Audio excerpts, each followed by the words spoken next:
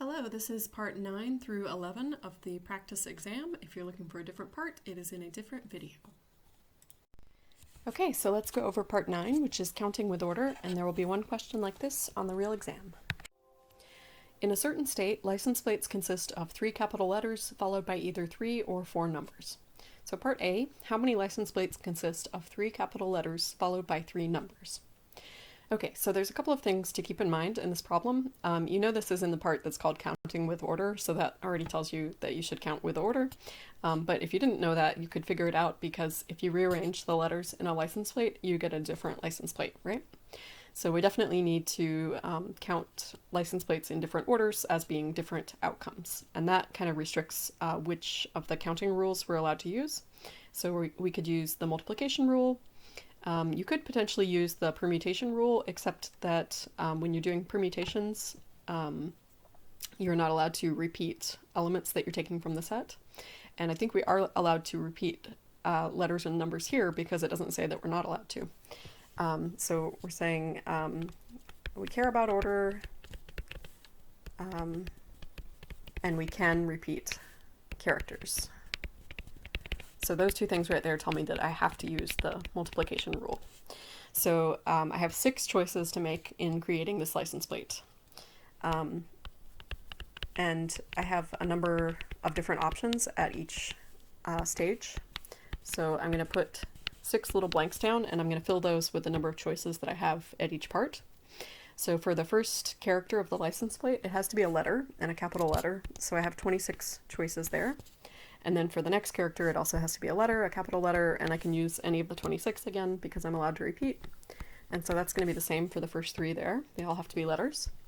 And then for the last 3, so those were letters. For the last 3, I have to use numbers. So that's going to be 10 numbers, 10 numbers, 10 numbers. So your choices are 0 through 9. So those are the numbers. And I'm using the multiplication rule to just multiply together the number of choices that I have at each stage of creating the license plate. So you can simplify that if you want to, or you can just kind of leave it like this. I don't really care personally. So I'll just leave mine like that. Okay, how many license plates consist of 3 capital letters followed by 4 numbers? So this is going to be exactly the same, except you have 7 choices, and you're going to have an extra 10 on the end.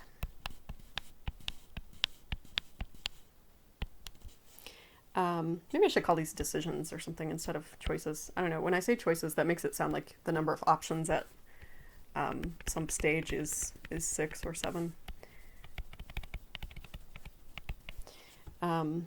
So these things that I'm multiplying together are the number of options for each decision. I'll just put that in parentheses. Okay, so I have 7 decisions, and for my first one I have 26 choices, and then 26 again, and 26 again for each of the letters. And then for the numbers, I have 10 choices. Each time I go to put a number, I have 10 choices again, because I'm allowed to repeat. Okay, so let's look at part C, or actually I guess I should simplify this a little bit. Okay, now let's look at part C. So how many license plates are possible in total? So in total, they can be 3 letters and 4 numbers, or 3 letters and 3 numbers, and these are mutually disjoint, or just disjoint, I guess, from each other.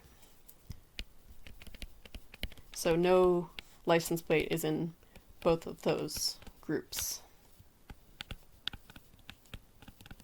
So that tells me that I can use the addition rule. So the addition rule is going to be, I'm just going to add together what I got for part A and part B.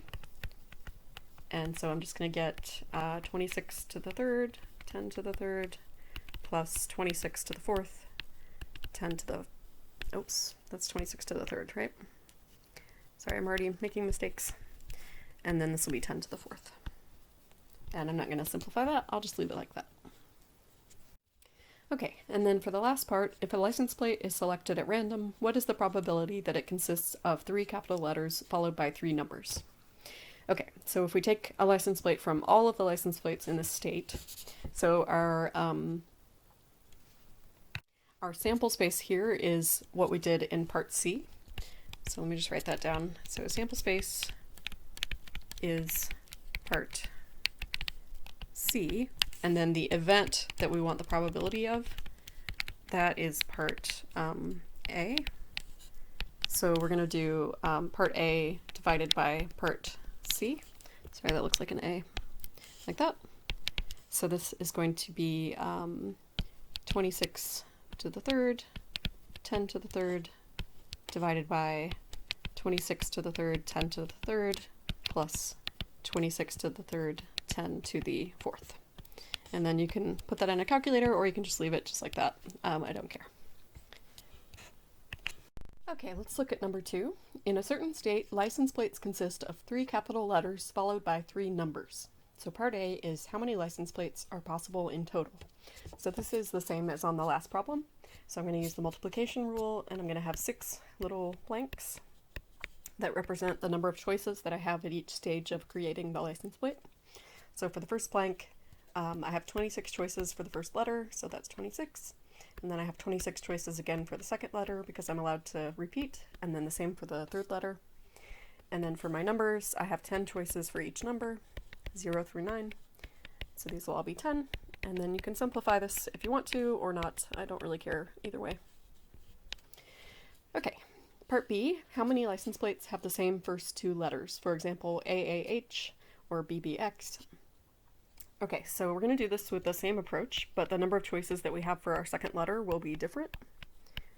So I'm going to have 26 choices for my first letter, and then for my third letter I have 26 choices again, and then for the numbers I still have 10, 10, and 10. But what about the second letter there?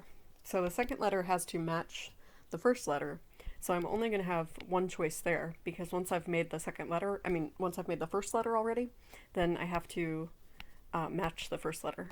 So this is going to be one choice because it must match the first letter.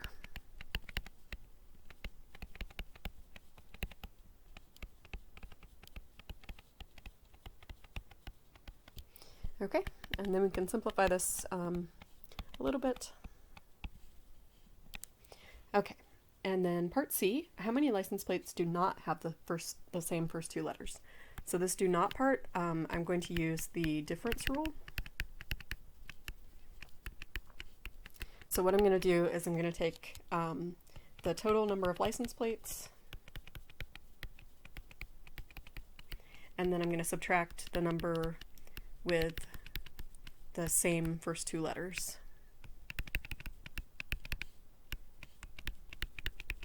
Okay, and that'll leave me the number that do not have the same first 2 letters. Alright, so this is going to be part A minus part B. So this is going to be 26 to the 3, 10 to the 3, minus 26 to the, minus 26 to, oh my gosh, sorry guys, 26 to the 2 minus 10 to the 3. And then you can simplify that if you want, or you can just leave it like this, that's fine. Okay, part D, if a license plate is selected at random, what is the probability that it has the same first 2 letters? So our sample space here is going to be part A, and then the event is part B. So the answer here is going to be B divided by A. So this is going to be 26 squared, 10 cubed, over 26 cubed, 10 cubed. And then you can simplify that if you want to. If you simplify it, it'll become 1 over 26. Alright, and that's it. Okay, let's look at number 3. In a certain state, license plates consist of 3 capital letters followed by 3 numbers. So part A is just the same again that we've seen a couple times now. So this is going to be multiplication rule. And then for your first letter, you have 26 choices. For your second letter, you have 26 choices. Third letter, you have 26 choices. And then for your numbers, you have 10 choices for each of them, 0 through 9.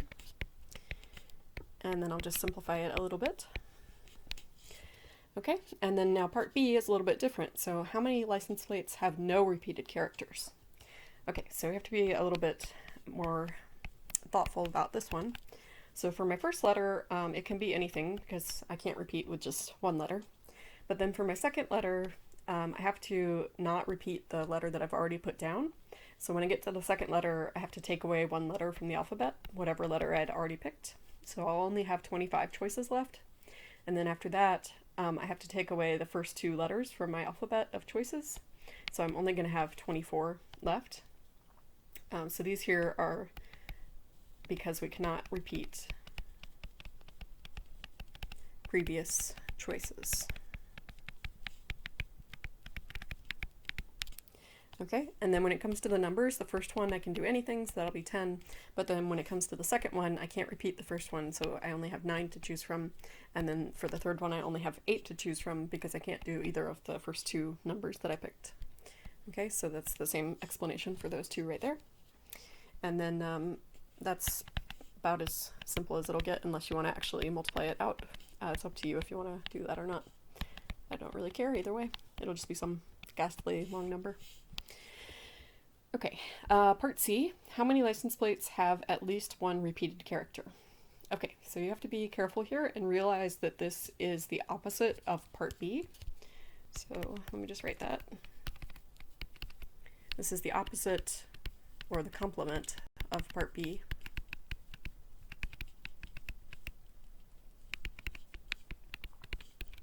So at least one repeated character means that it doesn't have no repeated characters. Okay, so what we're going to do is the total number of license plates minus the number of plates with no repeated characters. So this is going to be part A minus part B.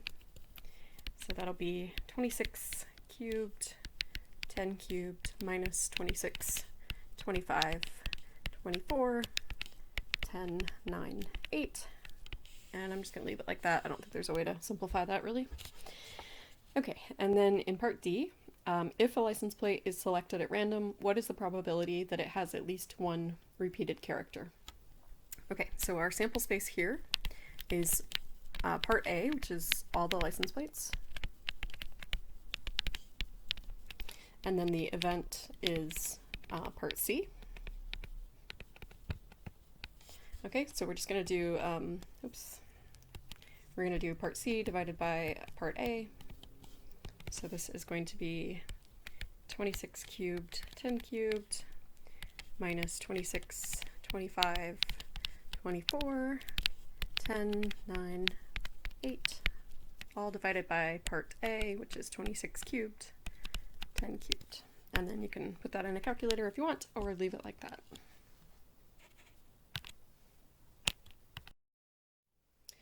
All right, now let's do part 10, which is counting without order, and there will be one question similar to this on the real exam.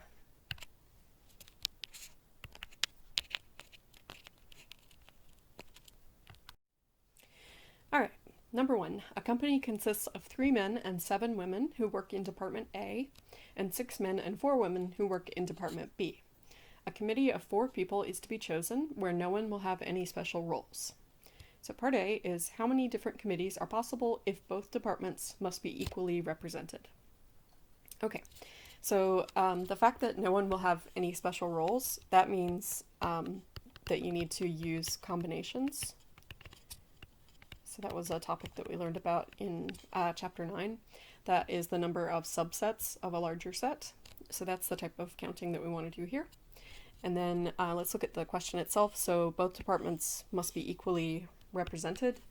That means if we're choosing a committee of 4 people, we're going to need 2 people from Department A and 2 people from Department B. Okay, so there are 10 people in A, and I think there are 10 people also in B.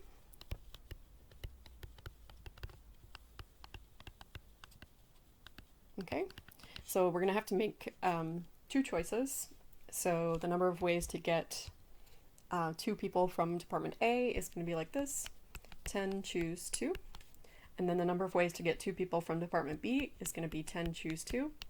And then we're going to multiply those together using the multiplication rule, because those are the 2 steps, the 2 decisions that we have to make to form the full committee.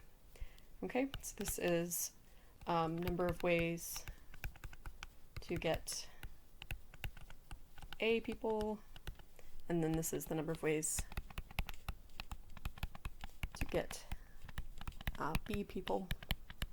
And then we have to do both of those things in 2 steps to make the whole committee. So this is our answer here.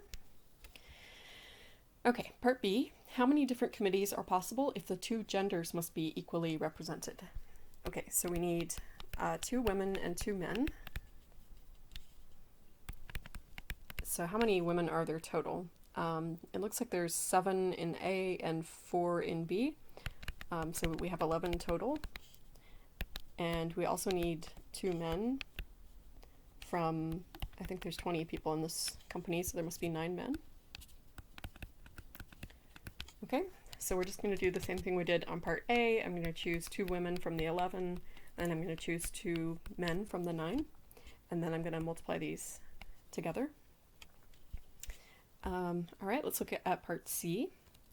How many different committees are possible if both the departments and the genders must be equally represented? And there's a note here, you could choose a man and a woman from each department, or you could choose 2 men from one department and 2 women from the other department.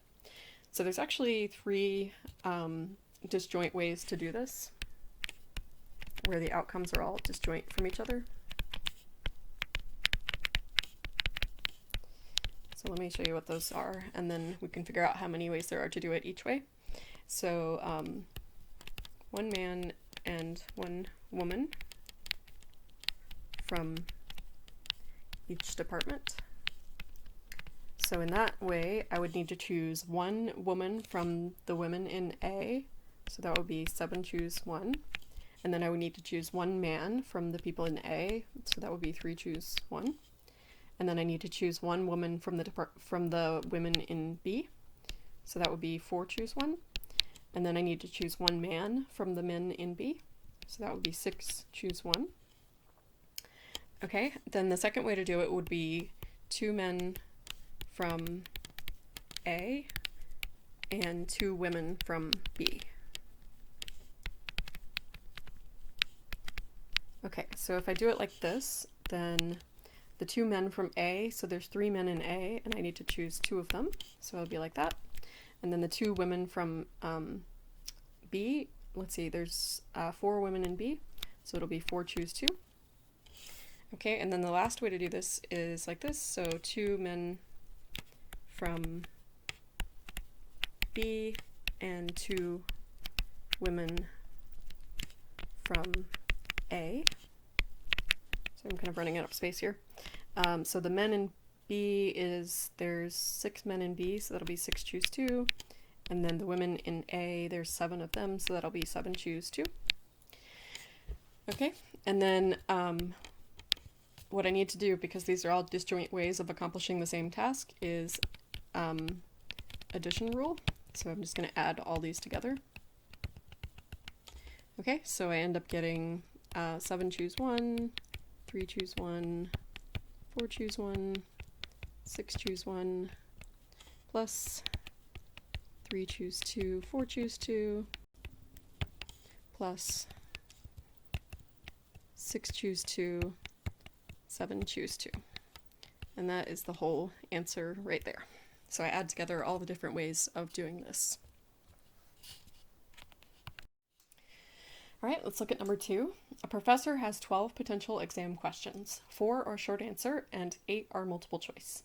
Half of the short answer questions are difficult and half of the multiple choice questions are difficult. She has to choose 6 questions to put on the test, and the order of the questions does not matter. Okay, so order doesn't matter. That again tells us to use combinations.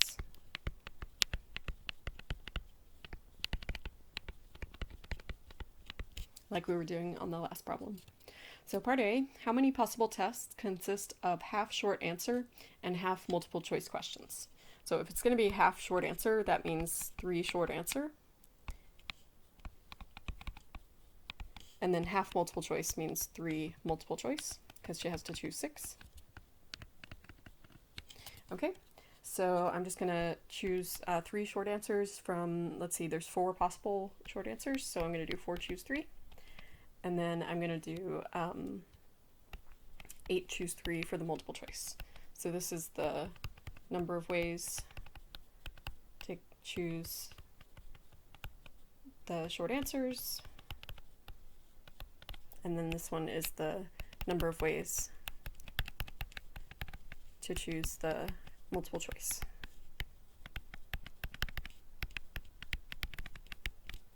Okay, and that's the answer there. Okay, let's look at part B. How many possible tests consist of all multiple choice questions? Okay, so all multiple choice means 6 multiple choice. So this is pretty easy. It's just going to be 8 choose 6, and that's it. Okay, and then part C, how many possible tests consist of all difficult questions? So we need to check how many difficult questions there are total. So, half of them, half of the short answer and half of the multiple choice are difficult, so that means half total are difficult. So there are 6 total difficult questions. So there's only one way to put all of those onto a 6-question test. Or you could just do 6 choose 6, 6 choose 6, which is also just 1. All right. Let's look at number 3. So refer to the standard 52 card deck. I did not put a picture on here because there wasn't really room, but you can look up a picture of this when you're doing this problem if this is on the exam.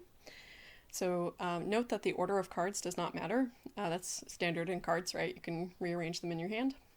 And then assume that a hand refers to a subset of 5 cards. How many hands are a flush? 5 cards of the same suit. So this problem is a little bit trickier than it might seem because there are 4 suits and then each suit has 13 cards.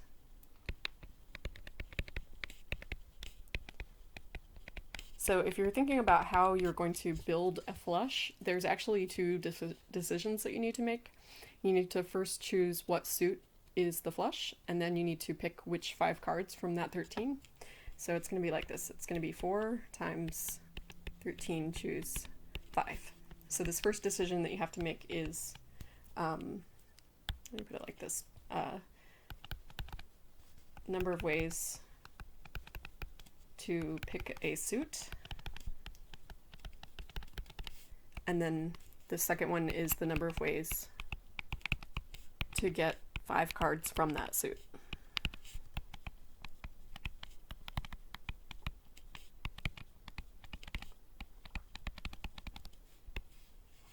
Okay, part B, how many hands are 4 of a kind? 4 cards of a matching rank and 1 of another rank. Okay, so you have to have at least the basic knowledge of the cards that there are 13 ranks and 4 cards in each rank.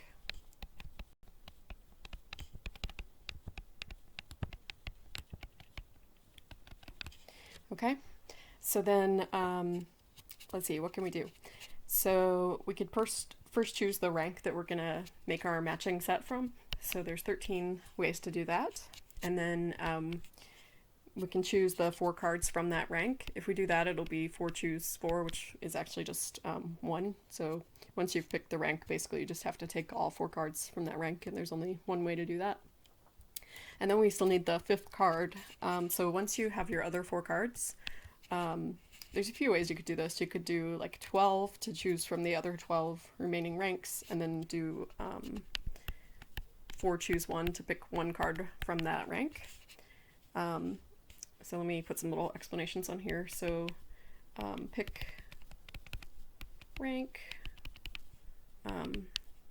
pick cards from rank, and then this is pick another rank,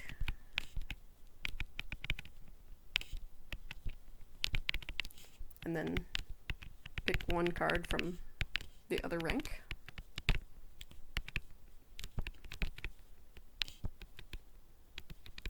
Okay, so this is one way to do it. There's actually multiple ways to do this that will all simplify to actually give the same answers. Part C, how many hands are a full house? 3 cards of a matching rank and 2 cards of another matching rank. Okay, so I'm going to do this the same way as the last one. So I'm going to choose my first rank that 3 of the cards will come from. So there's 13 choices for what rank those can be from. And then I'm going to pick 3 cards from that rank. So there's 4 cards in each rank, and I'll take 3. So that completes 3 cards of my hand. And then for the other 2 cards in the hand, I need to pick one of the ranks that I didn't already pick from. And then there's 12 ranks left that I haven't chosen from, so that's that. And then I need to pick 2 cards from that other rank, so that'll be 4 choose 2.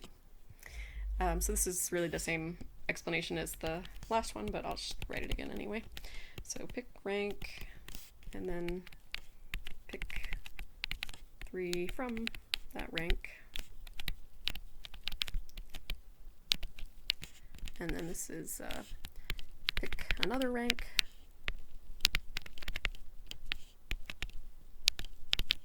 And then pick 2 cards from the other rank.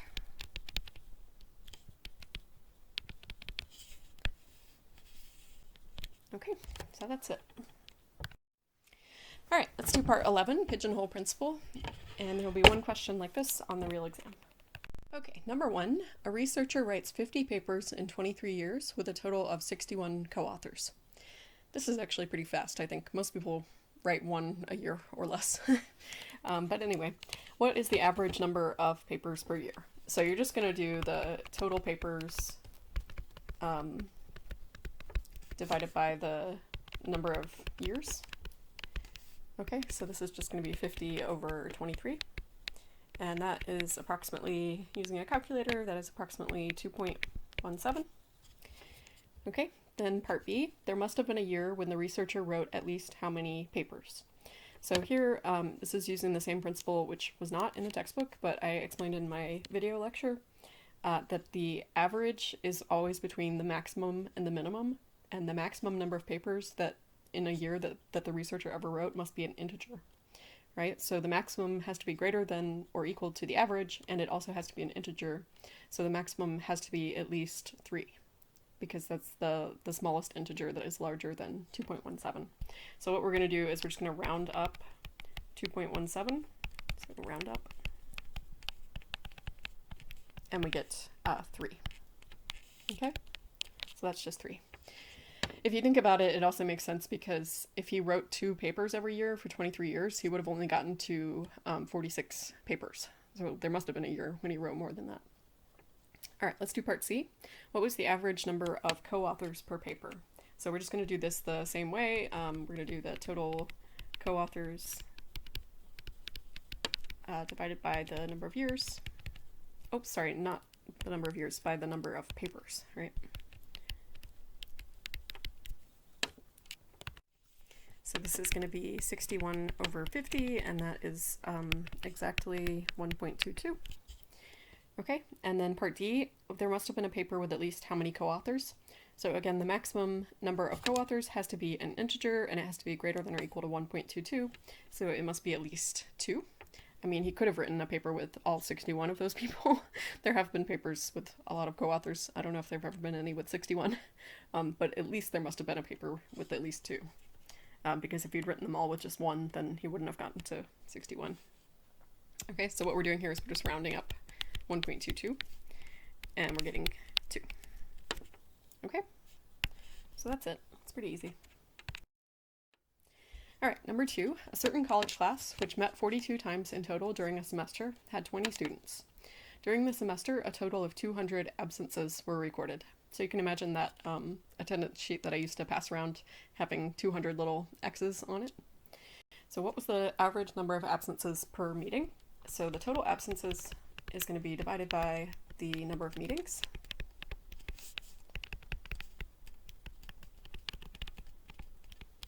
Okay, so this is going to be 200 divided by 42, and that is approximately 4.76. Okay, so part B, there must have been a meeting with at least how many absences? So we're just going to round this 4.76 number, oops, that's not 4. We're just going to round that up because the maximum has to be greater than or equal to the average, and it also has to be an integer, so it must be at least 5. And that's the ceiling notation that I'm using there, in case you forgot that notation, that little the little arms around the 4.76. That is the ceiling, which means round up. Okay, let me just make a note that you round up. Okay, and then what was the average number of absences per student? So we're going to do the total absences, and then we're going to divide by the number of students. So this is going to be 200 over 20. I don't think I need a calculator for that. That is 10. So I forgot to circle this one. Okay, and then part D, there must have been a student with at least how many absences? Okay, so we're going to do the same thing we've been doing. We're rounding up, but this time we already have an integer, so it's just going to be 10 again. So there must have been a student with at least 10 absences. Since the average has to be greater than or equal to, or sorry, since the maximum has to be greater than or equal to the average, and the maximum also has to be an integer, we can't go any higher than 10 since that's already an integer. Okay, number 3. I was kind of looking around my room when I was writing these questions, and I just spotted the Harry Potter series, so that's where this question came from. There are 7 books in the Harry Potter series, consisting of 4,224 pages and 1,084,170 words, according to Google anyway. What is the average number of pages per book? Okay, so we're just going to do the total pages, and we're going to divide by the number of books. And so that's going to be 4224 divided by 7, which is approximately 603.4. Oh, that's quite a lot. There must be a book with at least how many pages? Okay, so the maximum has to be at least as large as the average. So we're just going to round the average up to the nearest integer that is above it, and that is going to give us 604. So I'm rounding up. Okay, don't round down, round up. And then part C, what is the average number of words per book? Okay, so we're going to take the total words, and we're going to divide by the number of books. Could have also done average words per page. That might have been interesting. Okay, so this is going to be 1,084,170 divided by 7, which is approximately 154,881.4. Okay, and then part D, there must have been a book with at least how many words? So we're going to take our last answer and we're just going to round that up, since the maximum has to be greater than or equal to the average, and it has to be an integer. So the least integer that is greater than the average is 154,882. So there must have been a book in the series with at least that many words. I'll give you a hint. Definitely the last book. That one was long. Okay, that's it. Okay, that's it for this part of the video. Go to the next video for parts 12, 13, and 14.